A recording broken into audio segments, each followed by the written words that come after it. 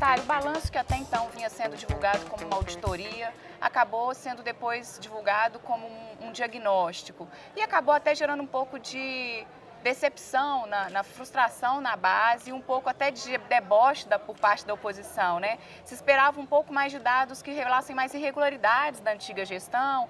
Alguns aliados chegaram a falar até que poderiam gerar indiciamentos de ex-secretários. Existem alguns dados que ainda não foram divulgados? Olha, desde o primeiro momento, aliás, foi no discurso de posse do governador Fernando Pimentel, ele anunciou exatamente um balanço, não é? E foi com essa orientação que nós trabalhamos. A partir de uma orientação da Secretaria de Planejamento, em todas as áreas do governo, nós montamos uma matriz de avaliação, inclusive utilizando equipes que estavam no governo, buscando tudo que estava sendo feito, o que não estava sendo feito, os principais problemas e dificuldades encontradas, além de problemas concretos. Portanto, nós cumprimos o que foi combinado. No meio do caminho houve, talvez por algum temor de algumas pessoas, a disseminação, por outras razões, de que seria uma auditoria. Agora, nós encontramos muitas irregularidades, mas o caminho para tratar irregularidades é a Controladoria Geral do Estado, que é bom lembrar que ela praticamente não existia, não tinha estrutura, não tinha tecnologia, equipe, enfim. Nós estamos reconstruindo a controladoria. O controlador-geral, Dr. Spinelli, está com toda a autonomia, todo o apoio político. Então, todas as irregularidades que nós encontramos, sem fazer juízo de valor, porque isso cabe ao Ministério Público e ao Judiciário, nós encaminhamos à controladoria. Então, é também verdade que, além do balanço, muitas irregularidades encontradas foram encaminhadas à controladoria e seguirão o curso normal. O papel do balanço não foi ter um papel policial. Agora, o que for apurado vai para a Justiça e, se tiver algum indiciamento, é o caminho normal do Judiciário. A controladoria já tem esse resultado da avaliação desse diagnóstico? Ao longo do tempo, o que foi sendo encontrado de grave já foi encaminhado à controladoria. Por exemplo, nós mandamos ao Tribunal de Contas claramente o diagnóstico que 1 bilhão e 100 milhões estavam como despesa de exercícios anteriores, com despesas feitas sem empenho prévio, que a lei determina, ou com empenho realizado e cancelado, que é grave. Isso já está na controladoria desde janeiro e foi ao Tribunal de Contas, então já está sendo investigado, porque trata-se de uma irregularidade evidente. Portanto, já tem muita coisa sendo investigada, questões inclusive muito graves. A reforma do Mineirão foi uma das principais críticas do governo, mesmo durante a eleição, e é alvo até possivelmente de uma CPI na Assembleia.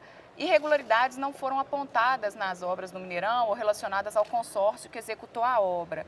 De fato, não foi encontrada alguma irregularidade ou ela ainda está nesse processo que está sendo analisado pela controladoria? Ela está sendo analisada.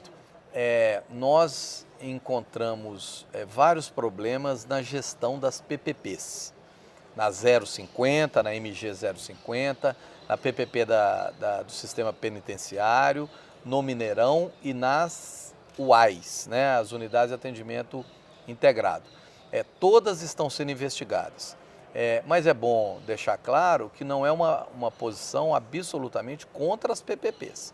Nós achamos estranho alguns formatos de contrato, mesmo assim estamos cumprindo o contrato, mas investigando se houve algum dolo ou alguma irregularidade. Se houver, vai ser investigado. É possível que esses contratos sejam revistos? O próprio contrato da PPP do Mineirão prevê alguns repasses à empresa para garantir o lucro do consórcio, ainda que existam alguns questionamentos, até por parte do usuário, com relação ao serviço prestado no Mineirão.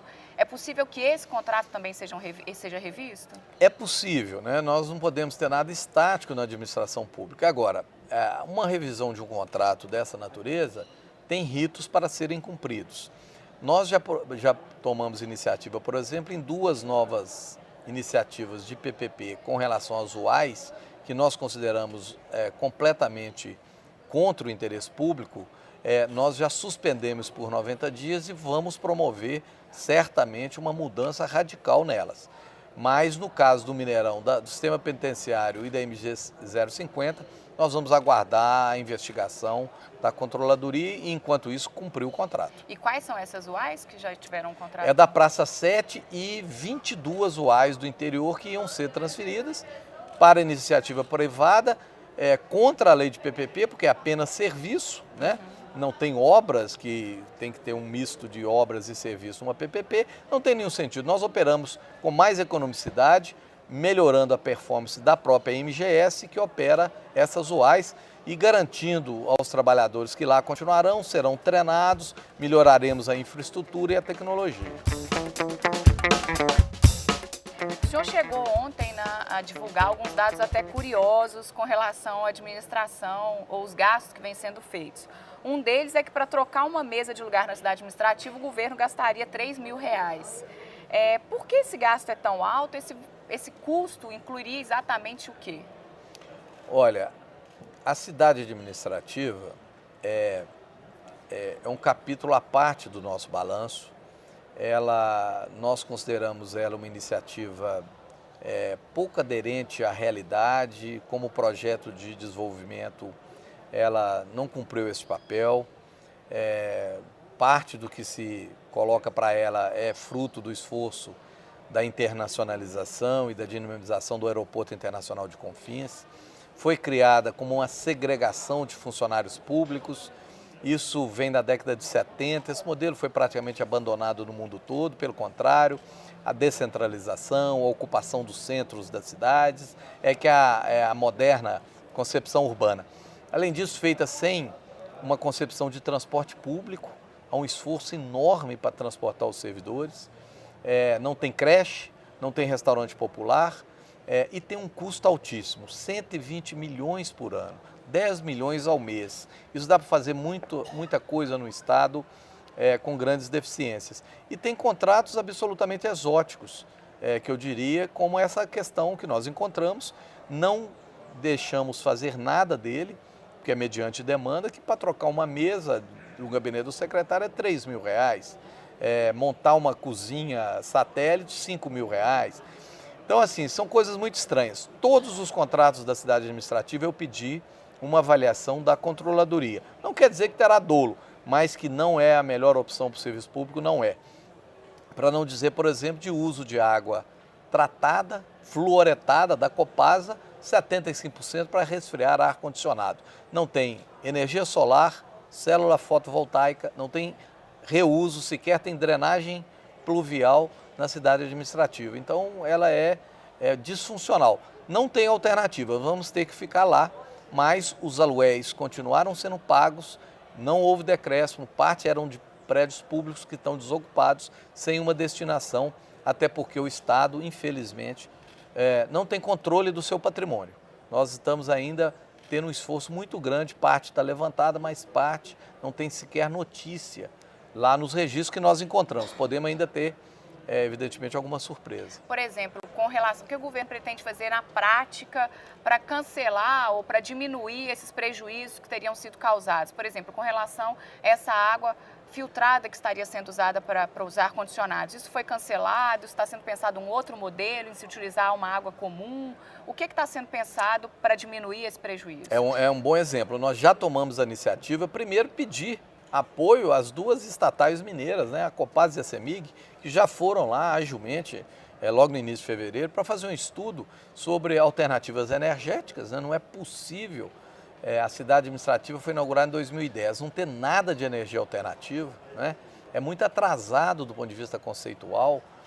Então a CEMIG está estudando junto com a CODEMIG, né, do ponto de vista lá da área da eficientização energética, e a Copasa também. Então nós já estamos com uma proposta, nós vamos usar 2 poços artesianos que existiam, que não estavam sendo utilizados, para, com um tratamento muito simplificado, que a Copasa vai nos apoiar, usar essa água para todo a questão do ar-condicionado, que é 75%. Com relação aos aluguéis de imóveis, por exemplo, o senhor mesmo mencionou que saiu de 13 mil e foi para 66 mil o aluguel de outros imóveis, né? Esses aluguéis foram cancelados, esses contratos? O que está sendo feito diante desses contratos também? Nós pretendemos mexer nisso, não foi possível ainda, porque são aluguéis utilizados por órgãos.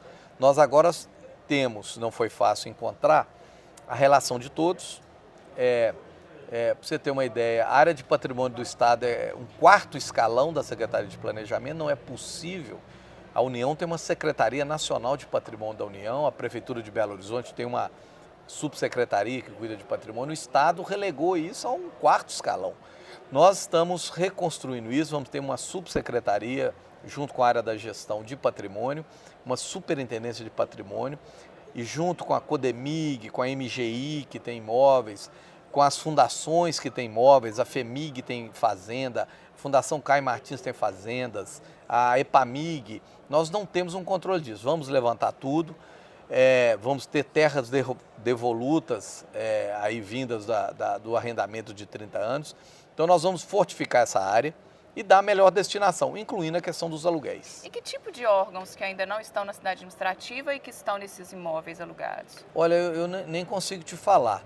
São vários pedaços de órgãos que, por alguma razão, por exemplo, parte da Secretaria de Meio Ambiente ocupa um imóvel no centro da cidade.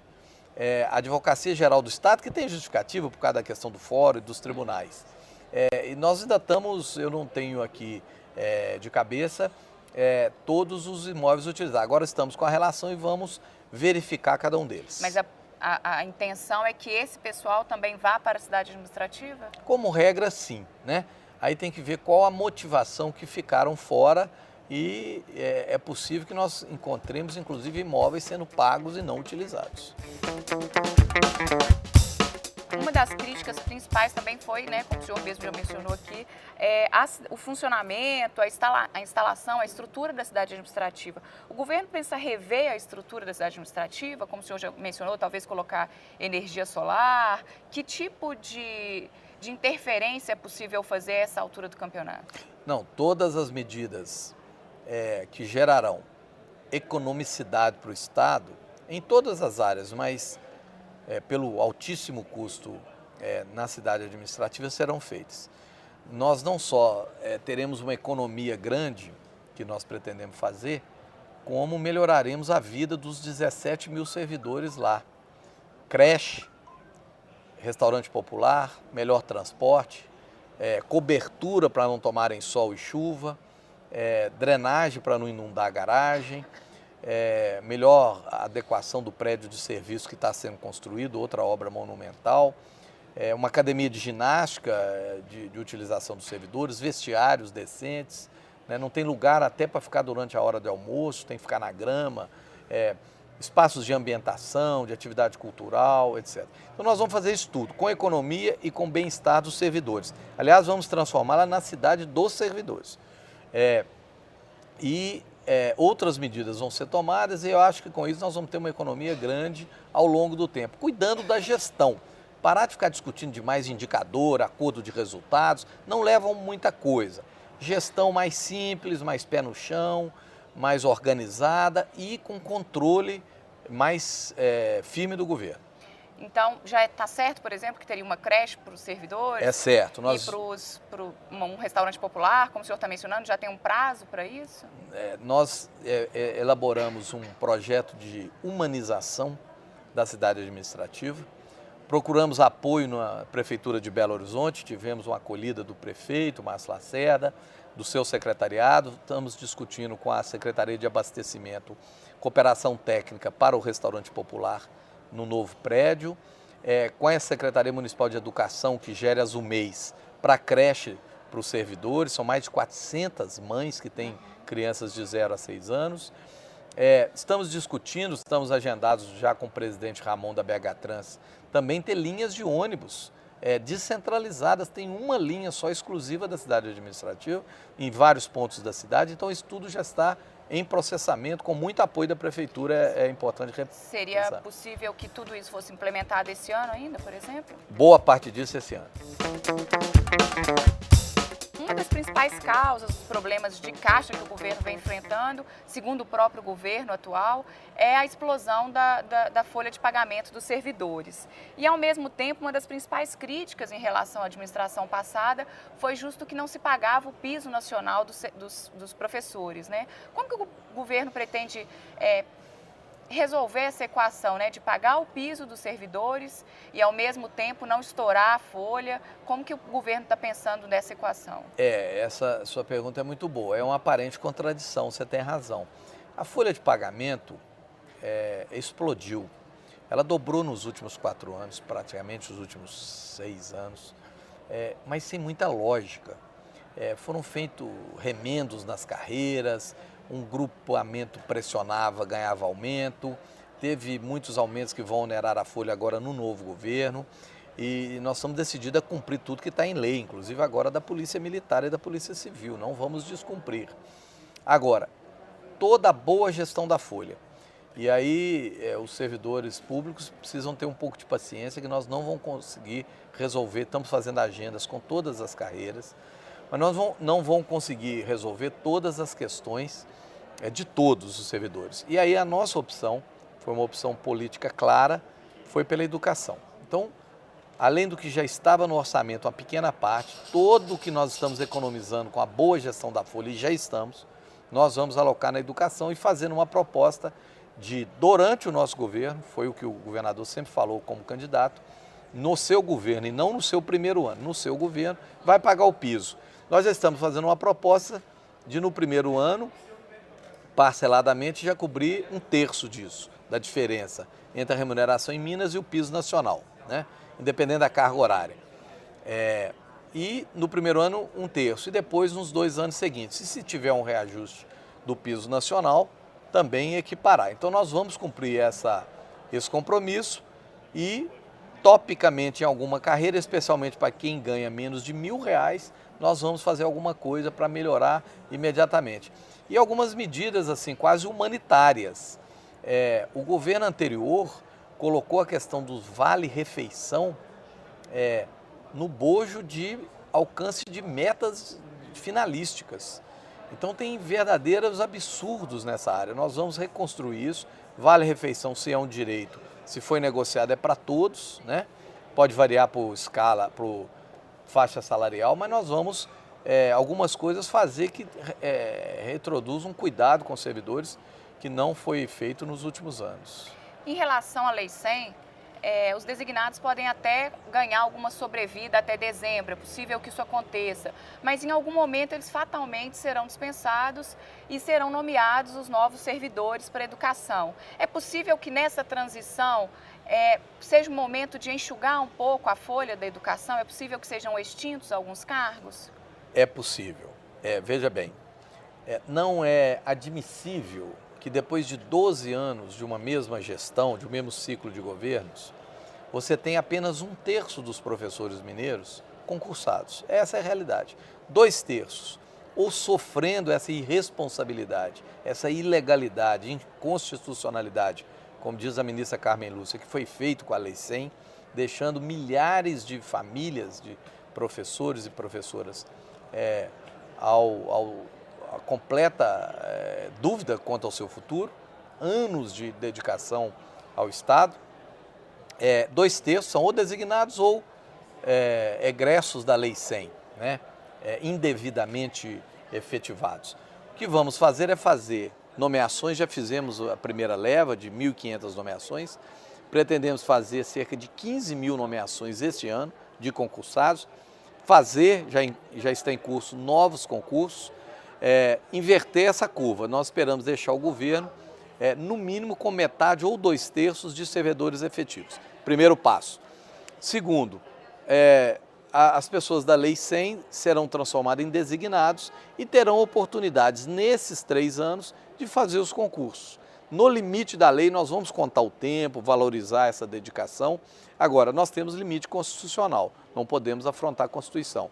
Então, até dezembro, se o Supremo confirmar o voto do ministro Toffoli, que foi o relator da matéria, nós teremos possibilidade de eles serem mantidos como ex-efetivados e depois designados. Ninguém ficará imediatamente, terá tempo, 3 anos, para se adequar. Vamos garantir uma transição para o regime geral da Previdência muito organizado com o INSS, já fizemos os primeiros contatos e vamos garantir assistência médica a quem estiver afastado e garantir ao IPSENG também como designado. Mas é possível que nessa transição sejam extintos alguns cargos, até para enxugar essa é uma parte máquina? importante.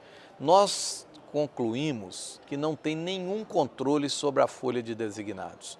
Isso é feito na escola, vai na superintendência, vai para a Secretaria de Educação, não tem sequer, o que é impressionante, as pessoas se assustam ao tomar conhecimento disso. 12 anos depois não tem um sistema que gere milhares de funcionários. A folha da educação é quase metade do Estado. E os designados não têm nenhum controle. Não estou fazendo juízo de valor sobre fraude, nada disso. Vamos investigar e vamos montar imediatamente, já estamos contratando um sistema para gerir a folha de designados. Aliás, nós vamos centralizar toda a folha de pagamentos de forma tranquila, a da Polícia Militar, a dos designados, a do IPSENG, no mesmo bojo. E é possível que nessa mudança o número de designados ou o número de funcionários da educação seja reduzido?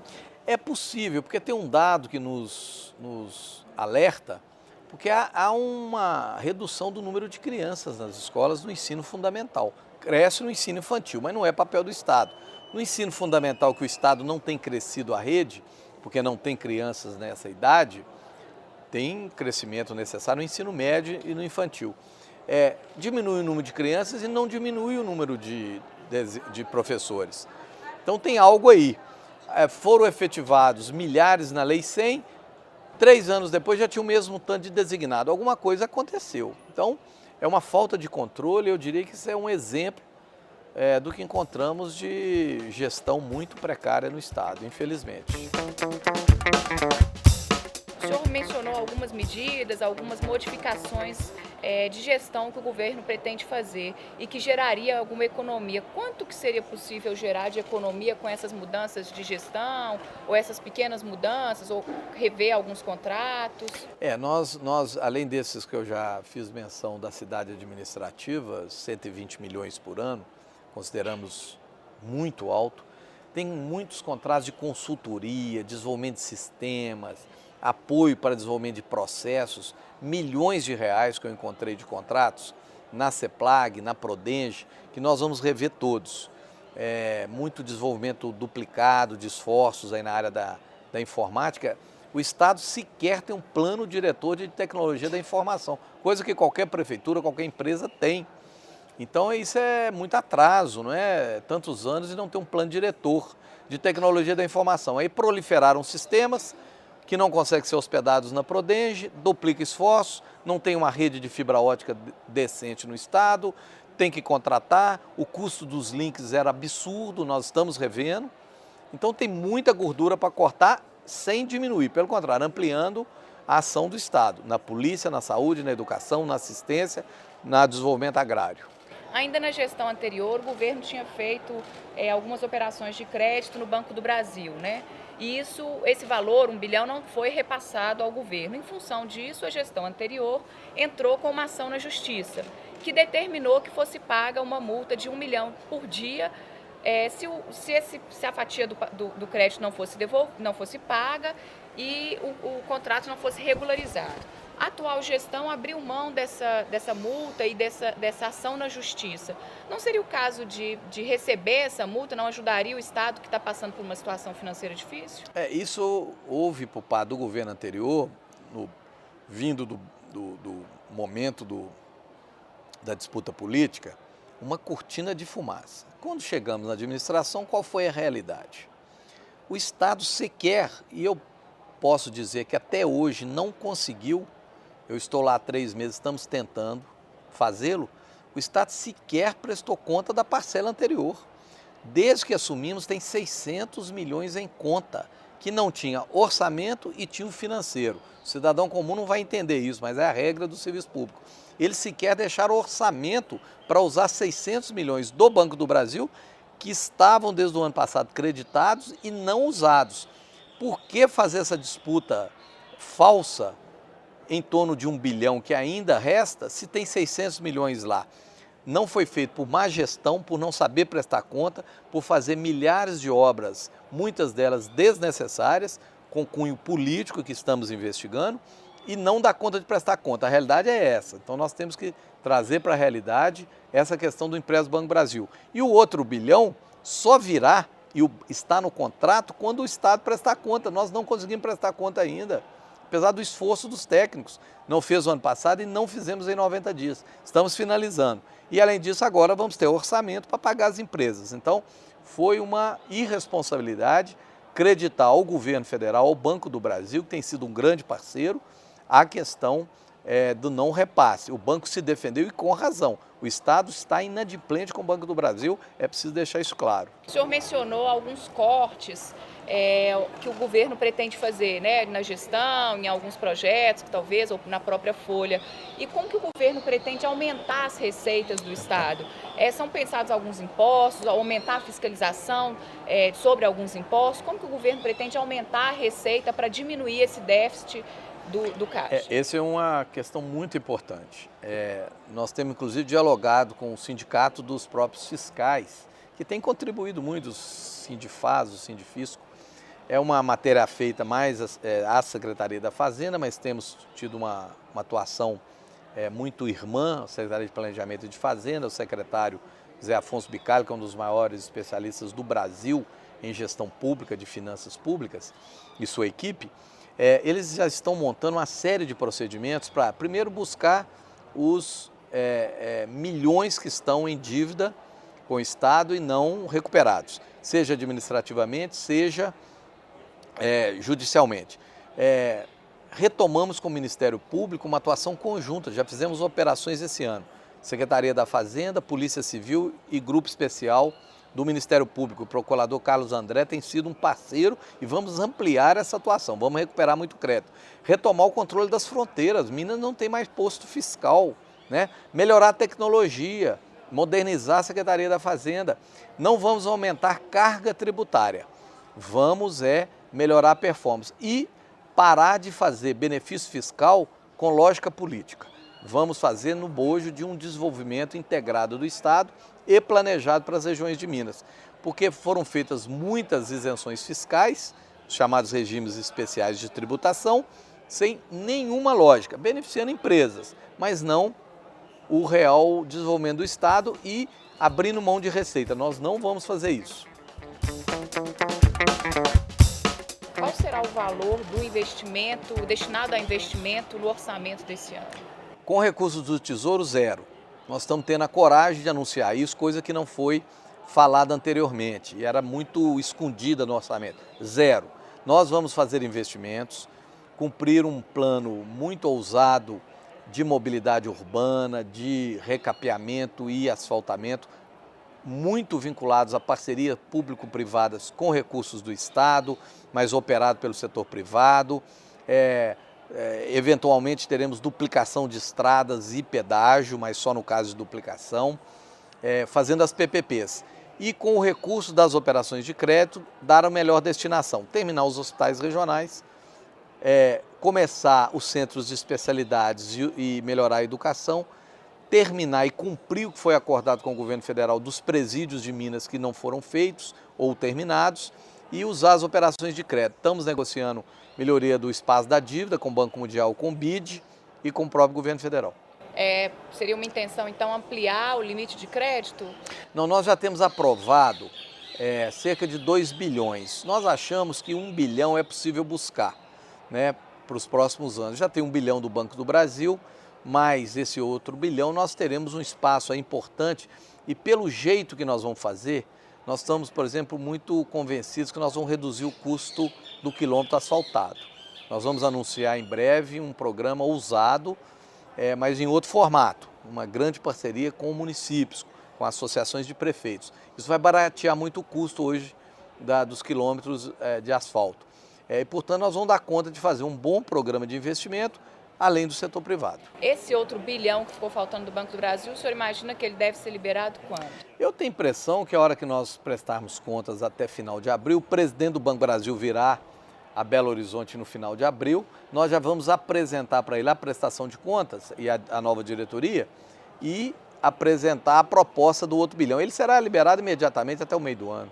O governador Fernando Pimentel já deixou muito claro, inclusive o senhor também, das dificuldades financeiras que o governo do estado enfrenta. E já deixou claro também que conta muito com a ajuda do governo federal para que sejam realizadas obras, para que sejam realizados projetos aqui em Minas. Por outro lado, o governo federal também passa por dificuldades financeiras, dificuldades no caixa. Como que o governo imagina ou que obras que o governo federal já se comprometeu a de fato concretizar? No mês passado, o governador Fernando Pimentel esteve em Brasília, conversou com a presidente Dilma sobre a vinda de recursos aqui para o estado. Que obras estão de fato garantidas? 381, o metrô, recentemente, desde janeiro, alguns lotes da 381 estão parados. Então, que garantias o governo federal deu ao governador de que, de fato, as obras aqui em Minas vão ser asseguradas? Olha, isso é muito importante. Nós dependemos muito do governo federal. No passado, e foi uma pena o governo de Minas ter uma postura tão rebaixada de relação com o governo federal, que quando tinha muito recurso disponível, nos anos aí de crescimento econômico vigoroso, Minas, infelizmente, por querer fazer disso uma disputa política, não foi beneficiária, ainda que por iniciativa do governo federal, muitos investimentos foram feitos em Minas. A 381 é responsabilidade federal, terá que ser pago às empreiteiras e continuar. Temos a garantia do ministro dos Transportes, do DENIT.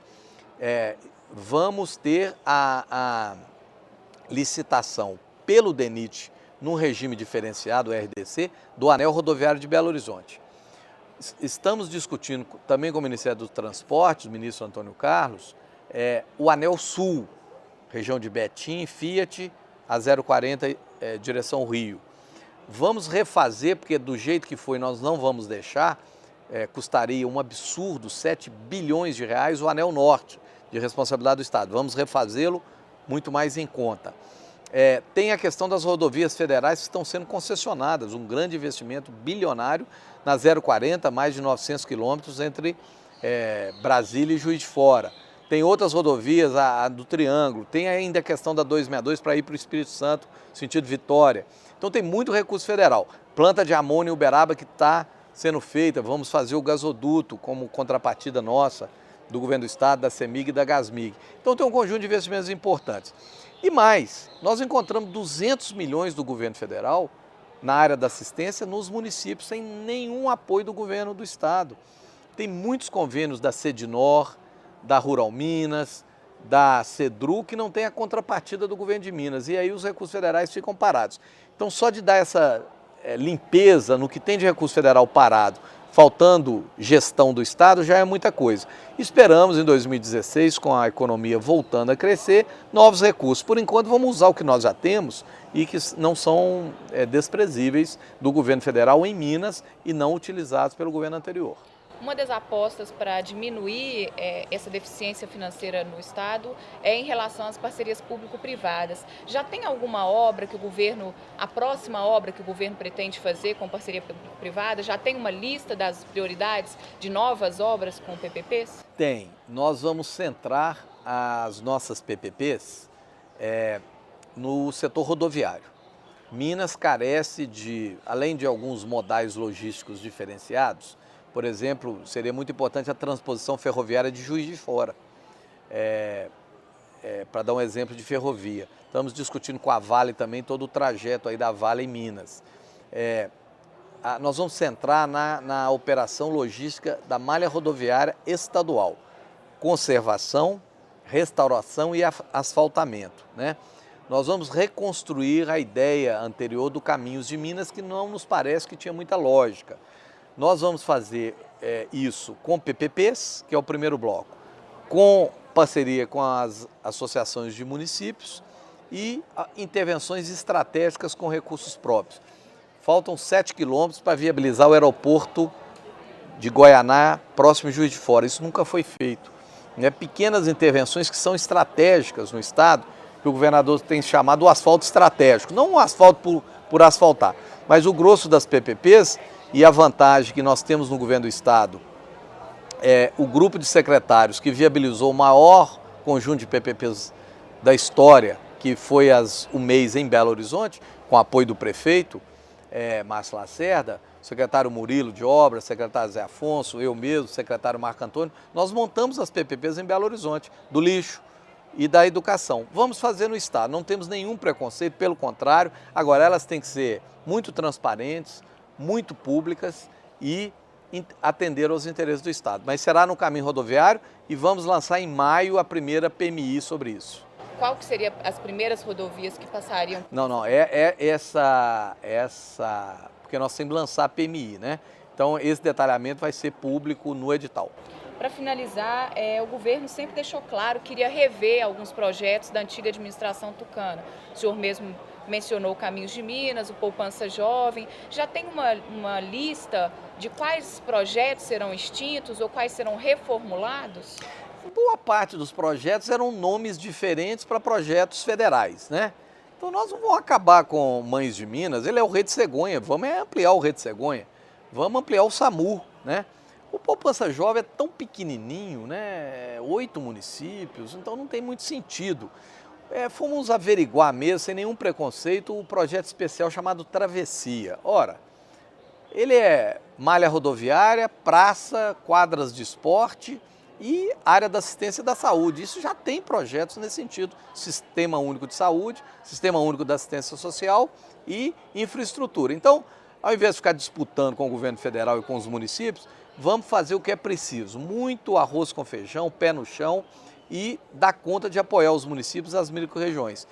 Na verdade, não tem muito o que ser revisto, é praticamente voltar aos nomes originais e ter novamente sinergia com o governo federal e com os municípios mineiros.